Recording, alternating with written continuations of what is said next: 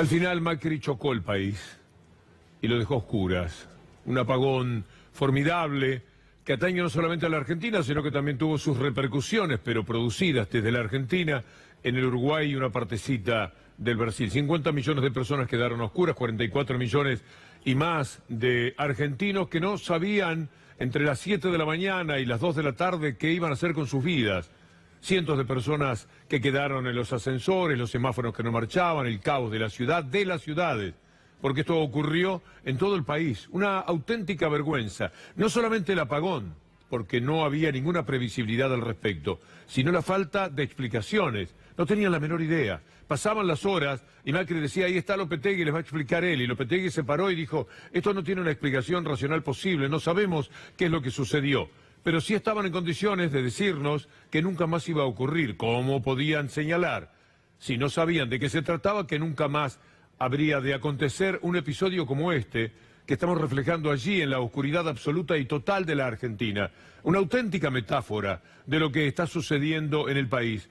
Estamos a oscuras, no solamente en la falta de luz, sino que estamos a oscuras en lo económico, en la justicia, en la enseñanza, en lo científico.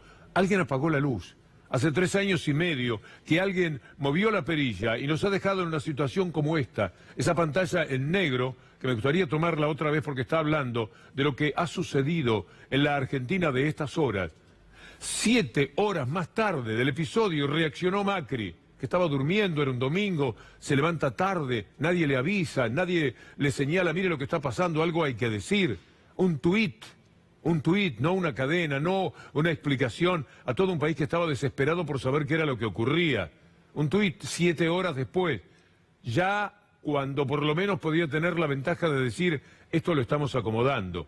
Y después los funcionarios, que no tienen la menor idea de lo que estaban diciendo, Lopetegui y Luchilo, diciendo algo que no sirvió para nada, pero que por lo menos queremos dejar constancia de lo poco que entienden.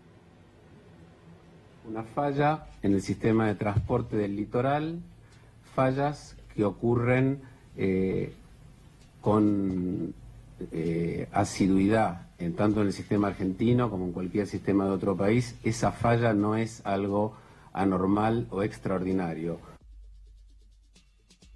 Fue una falla típica de días de humedad, la verdad, o de tormentas, en los cuales hay baja de aislaciones, con lo cual aparecen fallas, cortocircuitos.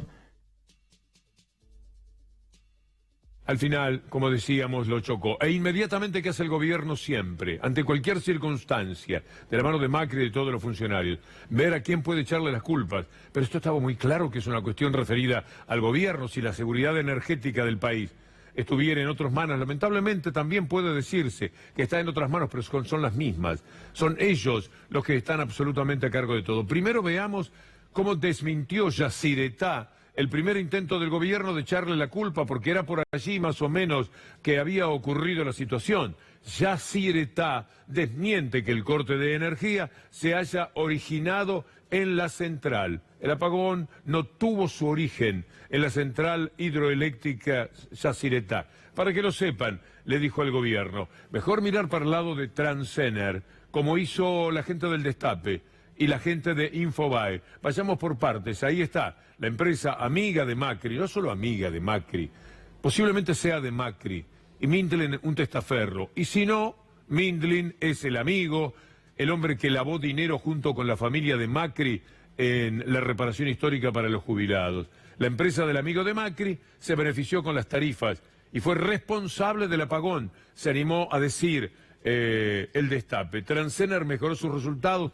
Hay que decir, tanto los mejoró, que hace 2 o 3 meses repartieron entre ellos 3.000 millones de pesos. Le va fantástico a los inversores de Mindlin, le va muy mal a quienes son las personas a las que le tiene que prestar servicio, los usuarios de Mindlin, lo pasa muy mal. Mire lo que dice Infobae, que no es Pravda, ya sabemos, y ahí está marcando que la Torre 412, un bypass energético, el rol de Transener y otras dudas sobre el apagón histórico, porque es histórico lo que ha ocurrido. Inmediatamente hubo reacciones políticas. Vamos a tomar una del candidato a presidente Alberto Fernández, que escribió un tuit señalando la implicancia que esto tiene desde lo político también para el gobierno. Subieron las tarifas tanto como sus amigos les reclamaron, sus amigos Mindlin, y generaron el apagón más grande de la historia. No es Venezuela, es Argentina. Ya es hora de darse cuenta. Claro, porque hablan permanentemente de Venezuela y las cosas le pasan a la Argentina.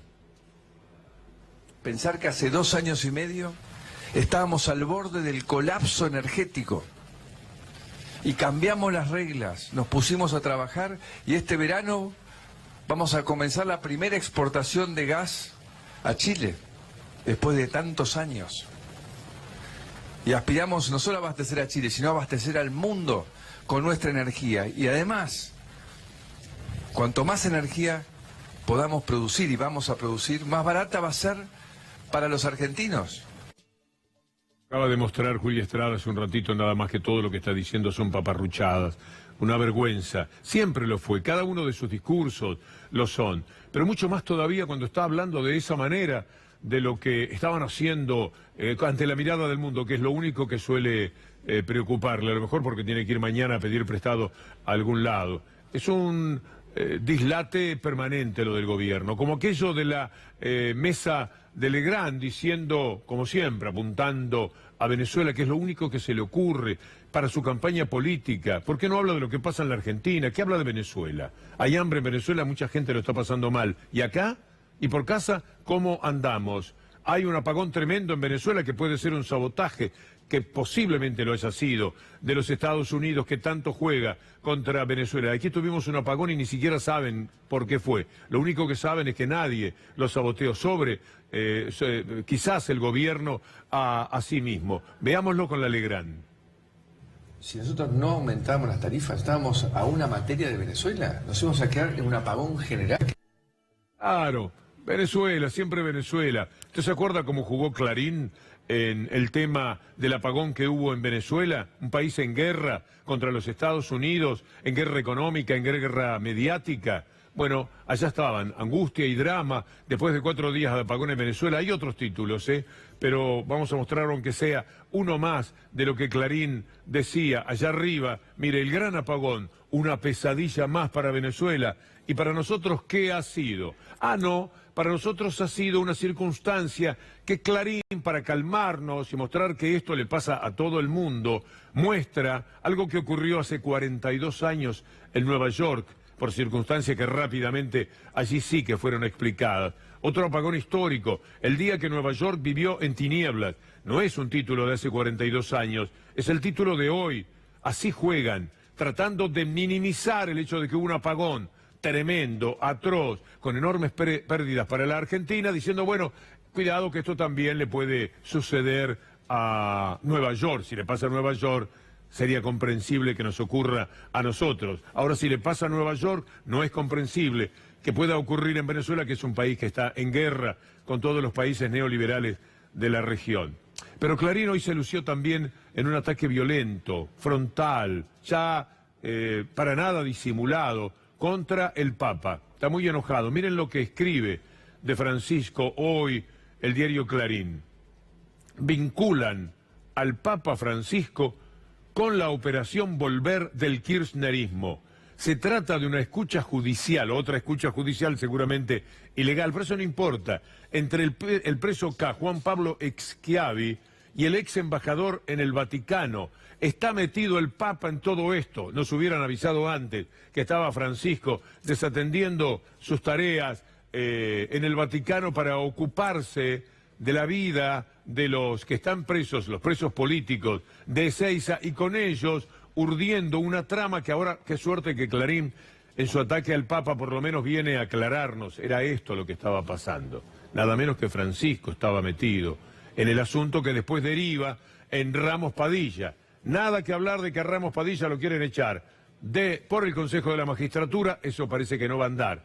Y si no, echando a Eslocar, un hombre de la Cámara de Casación, de los hombres de la justicia más importantes y más talentosos que tenga la República Argentina, esto determinado por sus escritos, por sus libros, por la importancia que tiene dentro de la sociedad jurista. Lo quieren echar a él para tener libre la Cámara de Casación en la sala que tiene que estudiar lo de Ramos Padilla. Si no está Slokar y pueden poner algunos de sus compinches tipo Bruglia, Bertuzzi, Irurson, toda esa gentuza que se maneja dentro de la justicia, puesta por Mauricio Macri, o mejor dicho, puesta por la gente de Clarín, entonces sí van a poder echar a Ramos Padilla como quieren.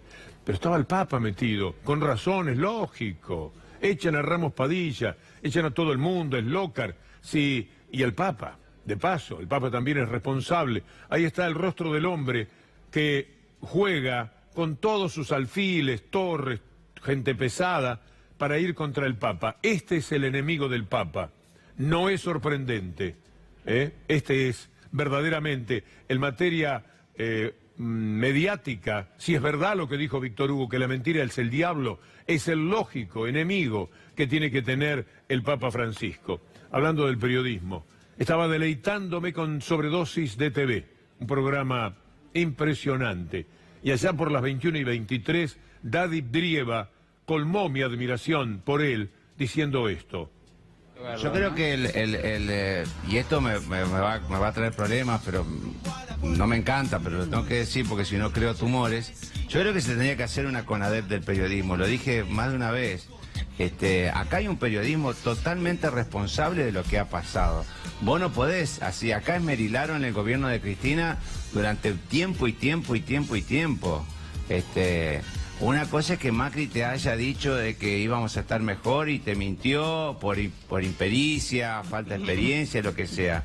Pero acá hubo cierto periodismo que armó todo eso y trabó todo eso y me parece que no tendría que salir como indemne de todo esto. Me parece que habría que tener un juicio. Mintieron a toda una opinión pública que le creyó. Mi tía Elvira, mientras que compraba zapallitos, 500 mangos cada zapallito, repetía que los bolsos de López habían sido revoleados, cuando nunca lo vimos revolear bolsos, siempre lo vimos dejar los bolsos, con la ametralladora, con todo eso. Pero mira cómo trabajó el periodismo, que el revoleo de bolsos de López, nunca se vio el revoleo de bolsos de López. Pero el periodismo es muy responsable de todo esto que ha pasado. Bueno, ahora con D'Alessio, Tornelli y demás, pero linkeándolo con lo que vos decís, sí, aunque estás hablando de un periodismo en otro aspecto, te lo sumo a algo bien coyuntural, bien de ahora, que Ramos Padilla de hecho lo está investigando. No, lógico, porque yo me reía mucho porque había programas que primero tiraron infiernos, fogonearon para que todo se pudre y qué sé yo. Y después cuando se dieron cuenta de que todo estaba pudriendo y nos estábamos matando en la calle, empezaron esos mismos conductores a decir, ¿qué nos pasa a los argentinos? ¿Por qué no podemos pensar como sociedad qué sociedad queremos? Doctora, y llamaban a una psicóloga, doctora, ¿qué le pasa a los argentinos? ¿Por qué estamos tan violentos? Hijo de puta, estuviste fogoneando durante 2 o 3 años todo eso y ahora te quejas porque estamos enloquecidos. Un gran Daddy Brieva, para ayudarnos a entender lecturas que tienen siempre su margen de riesgo. A mí me gusta, porque él lo paga desde un lugar que no es periodístico. Él no trabaja de periodista, que tendría naturalmente en la naturaleza de la profesión la posibilidad de decir estas cosas. Lo dice de un lugar donde arriesga, donde después no le van a comprar entradas la gente que se enoja por lo que dice, no le van a sacar nota a los diarios que toman conciencia de que ellos están mencionados, siempre le van a tirar onda mala. Y yo valoro ese coraje porque él lo hace desde un lugar que podría estar tranquilo si pasa fantástico. Es un tipo gracioso, exitoso en la televisión, exitoso en el teatro. Y no les da el gusto de jugar apartado de su responsabilidad de ciudadano. Por eso, mi admiración. Hace un ratito, Julia Estrada presentó algo en ese informe formidable que hacía a partir del apagón y lo que es la vida energética en la Argentina. Yo me quedé con una de las placas, que me parece que esclarece un poco lo que estaba diciendo Daddy.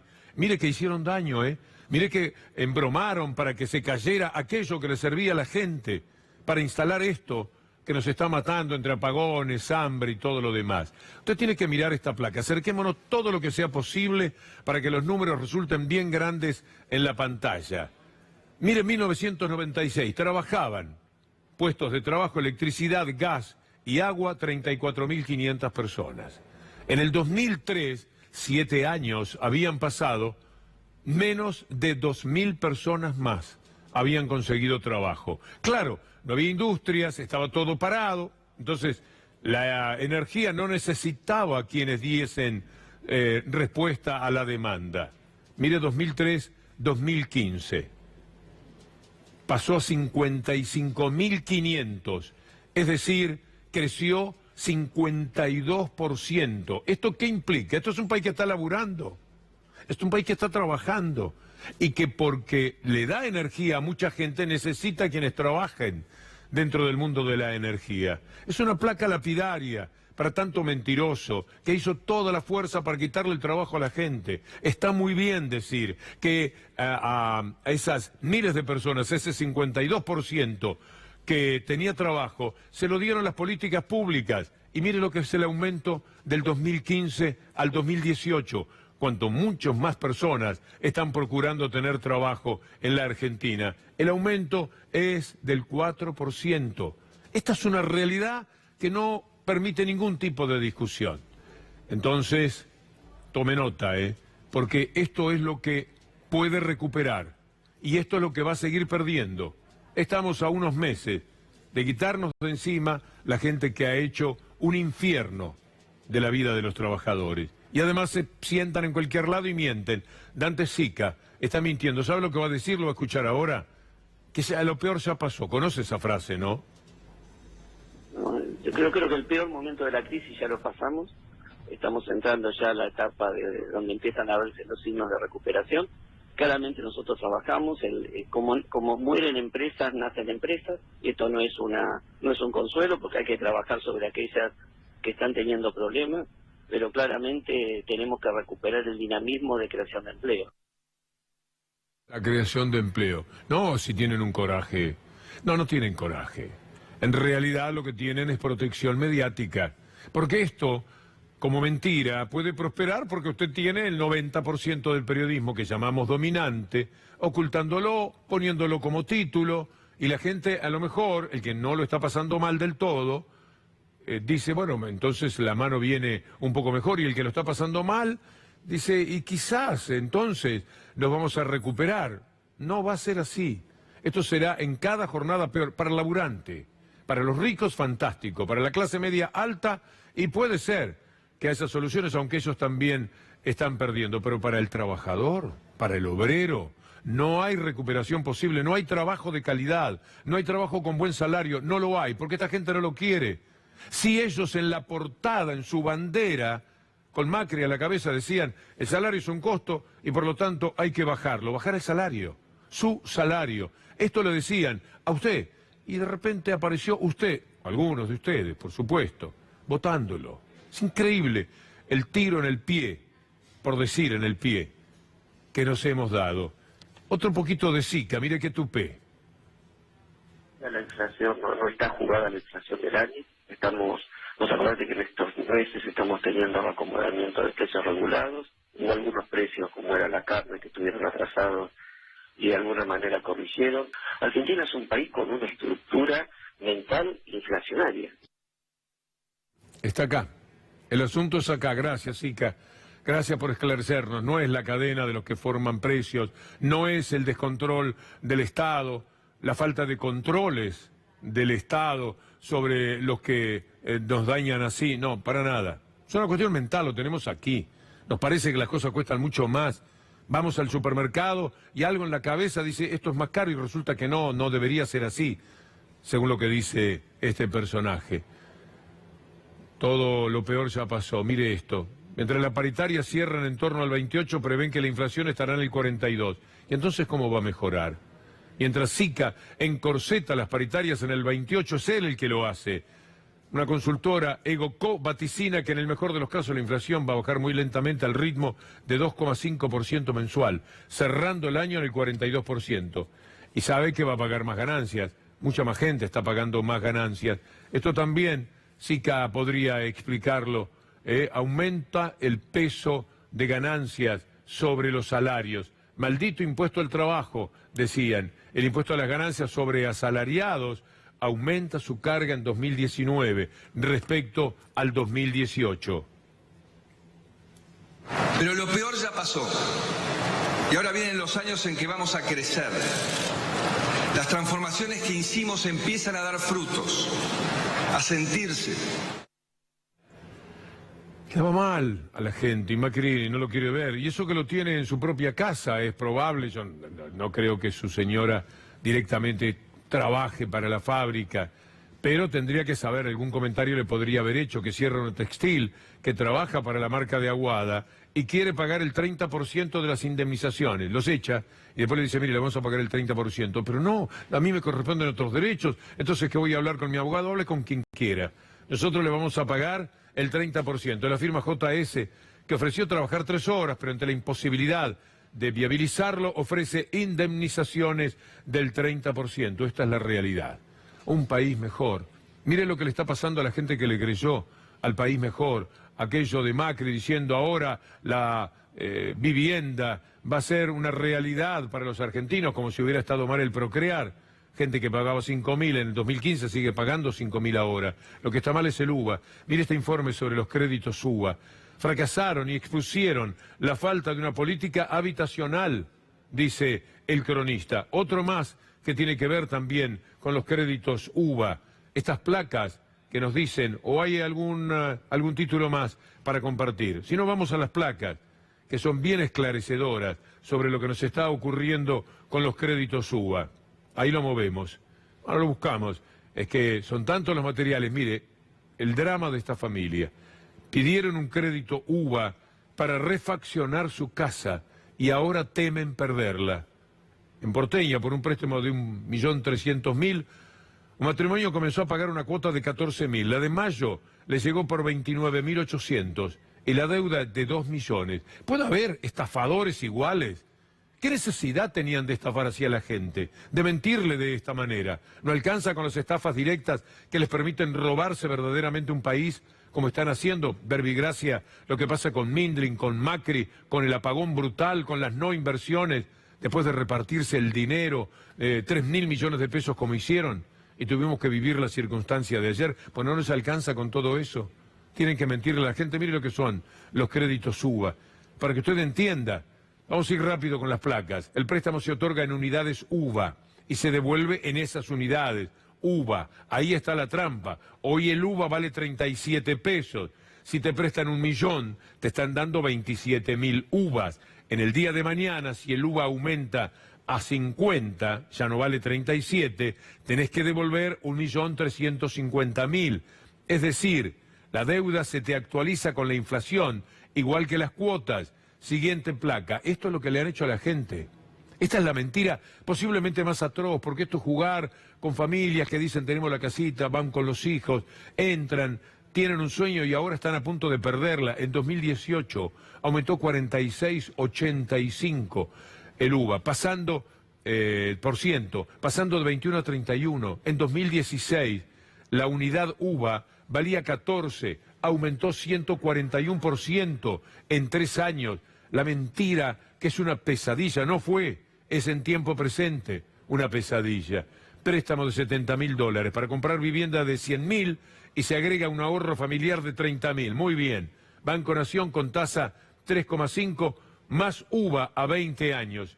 Bueno, ahí está, más UBA. 3,5 luce bien, pero está el UBA que crece con la inflación, en un país que tiene un promedio inflacionario alto, un 17%, sin contar lo de Macri en los últimos 30 años que terminaron el 2015. La evolución de la cuota, 147%, era de 6.100 en mayo del 2016, es de 15.000 en mayo del 2019. No sé si queda una placa más, una más.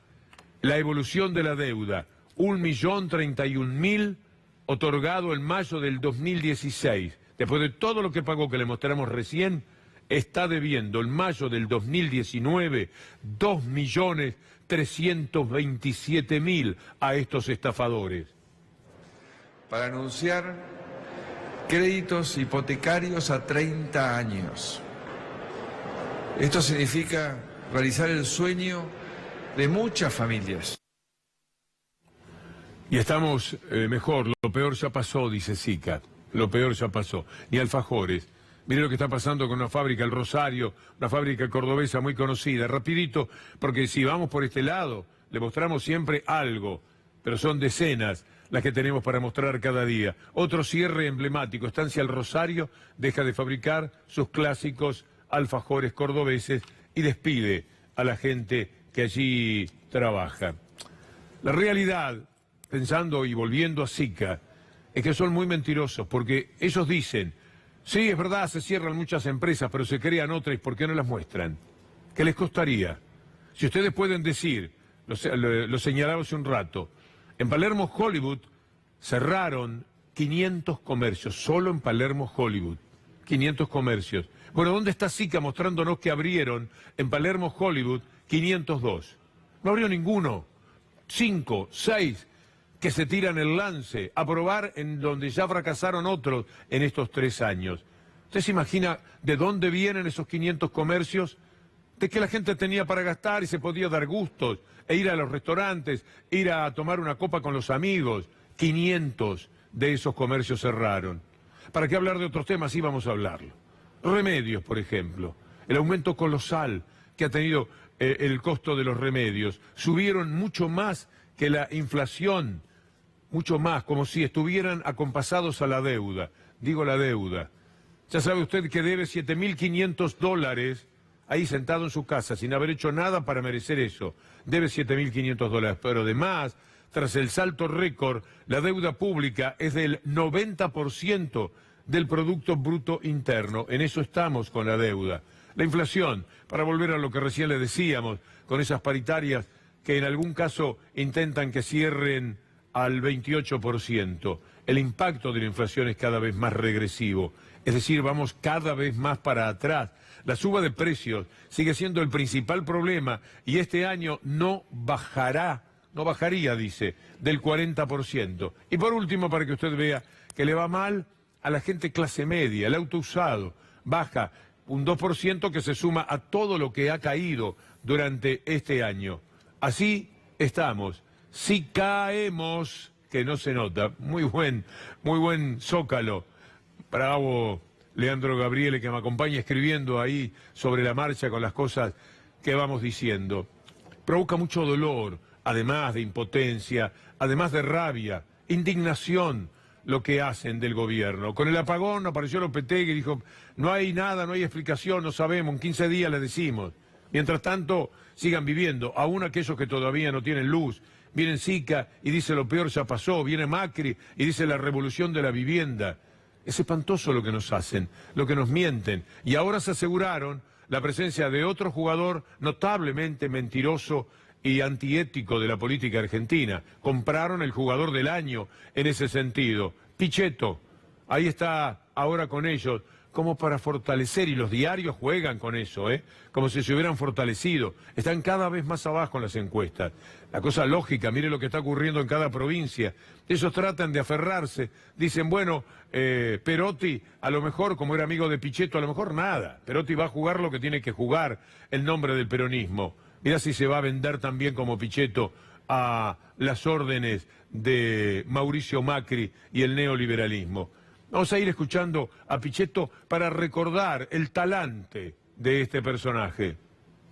Espero que los 4 extranjeros, y en esto no tengo ninguna mirada xenofóbica, nada, ninguna estupidez de esas que siempre dicen, pero los 2 venezolanos que hemos recibido generosamente los argentinos, con esta visión también alegre que tiene el gobierno, que han entrado más de 80.000, el paraguayo y el turco que ya estén en el departamento de migraciones listos para la salida del país. Él estaba feliz con eso. Un personaje, un ser humano, propio quizás de esa derecha más enferma. Pichetto, no se puede ser más el país idiota del continente. Caramba, la Argentina tiene un par de millones o más de personas distribuidas por el mundo, trabajando en España, en Estados Unidos, hubo mucho en Venezuela, en México, en todos los sitios. Así que, por recibir gente, posiblemente menos o por ahí de la que se ha ido, argentinos que van a trabajar en otra parte del mundo, a los países bobos, tontos del mundo, que le dan trabajo a los argentinos. No se puede ser peor. No se puede ser más el país idiota del continente, que estamos recibiendo toda esa gentuza, piensa Pichetto. Vamos a escucharlo más. Un proceso cultural en los últimos 12 años, donde la seguridad no podía reprimir. No se puede reprimir en la Argentina. Está prohibida esa palabra. Estamos con valores totalmente distorsionados. Bueno, pero eso también lo dice. Pero a ver, Lombardi, lo estamos hablando recién. A ver, ¿Por qué la no policía se puede? francesa, frente a un evento como este, Lo que decíamos ¿sabe nosotros. cómo pega, Luis? Pega en serio. Claro, claro, hay que pegar en serio. Los muchachos acá, bueno, es verdad, han matado a alguno. Han herido a mucha gente. De todas formas, han apresado personas que no tenían nada que ver. El turco ese que mencionaba con tanto desprecio, este despreciador serial que es Pichetto, no había hecho nada, está libre. Y el paraguayo y todos ellos. Es increíble lo de este personaje. El pase del año está muy bien. Este sí que juega por derecha en serio, ¿eh? Tratar de encontrar en el diálogo también las respuestas a un atentado muy grave que le costó la vida a argentinos en el denominado atentado de la AMIA. Argentinos de religión judía y argentinos que estaban en ese lugar. Argentinos de religión judía y argentinos de religión judía y argentinos que estaban en ese lugar. Y dale que va. También tiene eso adentro y le afloró estableciendo esta distancia entre un tema y otro. Por supuesto, también se ocupó de Kicillof y lo hace desde ese sentimiento recién exhibido en esto que vemos. Primero escuchémoslo a Pichetto. El peronismo de la provincia de Buenos Aires y el kirchnerismo lleva a un hombre del PC como candidato. Un hombre que tiene sus orígenes en el Partido Comunista. Así que estas son las grandes distorsiones de esta propuesta. Estoy hablando de Axel Kicillof. Estas son las grandes distorsiones que tiene Unidad Ciudadana y el peronismo que apoya esa alternativa. Un hombre que viene de las filas del PC, que va a representar la figura de candidato a gobernador en la provincia de Buenos Aires. Como en los datos que da sobre la inmigración, los que están en las cárceles, etcétera, todo lo que dice, por supuesto, es mentira. Pero lo que importa aquí no tanto es desestimar lo que dice en función de que son falacias, sino siempre apreciar el desprecio que él trasunta. Es muy triste un mundo en el que Pichetto se pueda comparar con Kicillof. Es decir, un hombre inteligente, de bien, absolutamente querible, un profesor destacado que a los 20 y pocos años deslumbraba a sus alumnos y de ahí sale de esa militancia universitaria. Él lo quiere poner como comunista, porque a él se le ocurre que un comunista es una persona horrible. El Partido Comunista salió a decirle que no era verdad esto, pero como ya está estigmatizado un comunista como lo peor que se le pueda ocurrir a un hombre del capitalismo, bueno, ahí todo les funciona. Pero no es el único caso. Mire, ya en su momento en la Argentina, el diario La Nación había sacado una nota contra Kicillof en tanto marxista. Axel Kicillof, el marxista que desplazó a Vudú. Kicillof es un académico marxista. Era 2012 o 13. Era la manera de anular a este joven. Hijo de un psicoanalista, bisnieto de un legendario rabino llegado de Odessa. La genealogía de Kicillof parece ser una sucesión de dogmáticas, etc. Así que judío, comunista, le tiraban con todo en la opinión de Pichetto, y Pichetto lo guardó y ahora juega con eso. Quiero mostrarle a cuántas personas muy importantes del mundo les adjudican ser comunistas, personajes como Pichetto. Trump, por ejemplo. Trump dice que Bernie Sanders, un hombre absolutamente extraordinario que perdió con Hillary Clinton la interna demócrata porque le hicieron trampa, un personaje de los excepcionales que hay en el mundo entero, un hombre seguido por toda la juventud demócrata de los Estados Unidos. Trump dice que Bernie Sanders es comunista. ¿A quién más tenemos como comunista? Bolsonaro.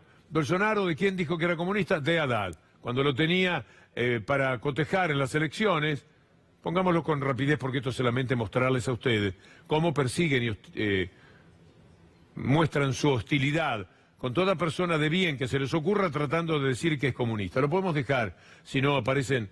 A ver, lo escuchamos entonces. Eu nunca conversei com ele. Ele é comunista.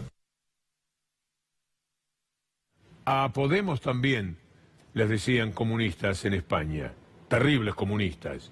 Realmente lo que defiende nos viene a hablar de igualdad y al final lo que trae es igualdad en miseria. Igualdad en miseria. Quiere acabar, utiliza la democracia para luego acabar con ella. Podemos no es más que son un nuevo giro a las recetas comunistas de siempre. Así usted puede buscar en Google. Cualquier persona de izquierda de cierta preponderancia ponga ese nombre, por ejemplo Sanders, y al lado la palabra comunista, solo 2 palabras.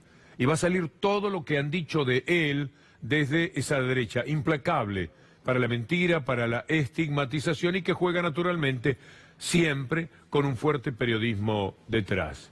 Es muy grave, por cierto, lo que ocurre, pero tenemos algunas herramientas, tenemos la posibilidad de discutirlo, de pelearlo, de votar y de elegir de la mejor manera posible para que vuelva el trabajo ese que se perdió y esa placa que le mostrábamos sobre el trabajo en la energía eléctrica es altamente demostrativo, para que no nos mientan en la cara como lo hace Sica, como lo hace Macri, para que no persigan a la gente que a ellos no les guste, incluyendo al Papa.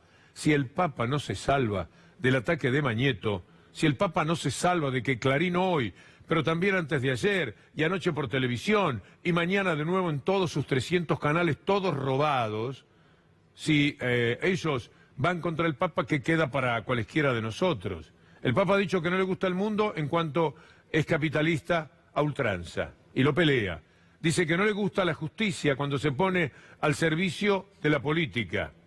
Y bueno, eso parece que golpea muy fuerte. Y no le gusta que los medios de comunicación sean una mentira permanente. Con todo esto se ha ganado el odio de la derecha argentina, por más que todavía se envuelvan en rosarios y van contra el Papa, porque hay un interés más importante a defender que el del espíritu y es el del bolsillo. La seguimos la columna mañana, si usted quiere y si Dios quiere. Pero ahora seguimos con el diario con Agustina.